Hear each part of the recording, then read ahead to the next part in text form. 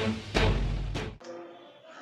बर्क और अंबेडकर के इस नए सीरीज में आपका स्वागत है। आप देख रहे हैं प्रेस बिहार और मैं हूं आपके साथ आनंदमयी।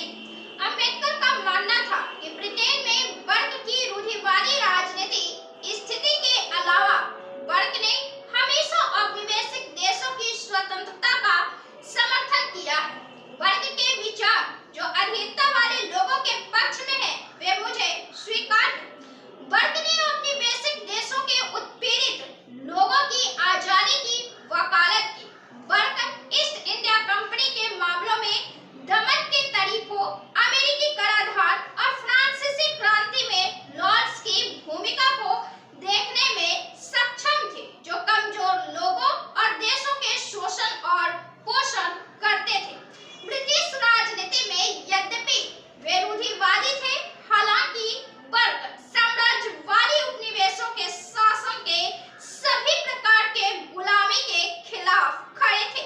जब उपनिवेशित देशों की आजादी के प्रश्न पर उठा तो वर्ग ने लोकतंत्र और न्याय के मूल्यों के आधार पर हमेशा उदारवाद की स्थिति को गले लगाया। यह इसलिए कि अम्बेडकर वर्ग से प्रभावित थे, जिसे उन्होंने खुद स्वीकार किया है। गुलाम देशों की आजादी के पक्ष में अंबेडकर ने वर्ग के तर्कों की प्रशंसा की है। वर्ग ने सार्वजनिक नैतिकता के रूप में निष्पक्षता के सिद्धांत पर विश्वास किया है। वर्ग का रूढ़िवाद विंस्टन चर्चिल के संरक्षणवाद से काफी अलग है। दोनों राजनीति में रूढ़िवादी थे, लेकिन दोनों में अंतर था। चर्चिल ने भारत की स्वतंत्रता की मांग का समर्थन नहीं किया।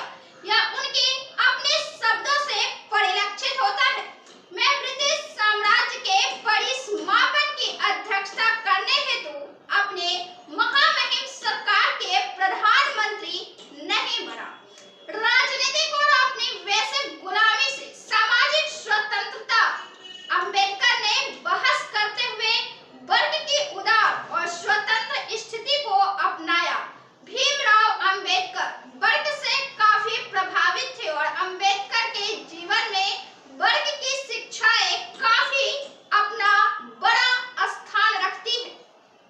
दिनकर खड़गे, जिन्होंने अंबेडकर पर पश्चिमी प्रभाव का व्यापक अध्ययन किया, वे लिखते हैं, जहां तक समाज के नैतिक पतन की बात थी, डॉक्टर अंबेडकर और एडमंड बर्क दोनों ही एक विचारधारा के थे।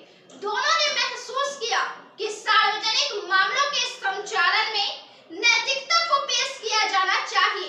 बर्क के अनुसार जनमत की शिक्षा एक महत्वपूर्ण कारक थी। केवल कानूनी प्रक्रिया अगर अधिक जनता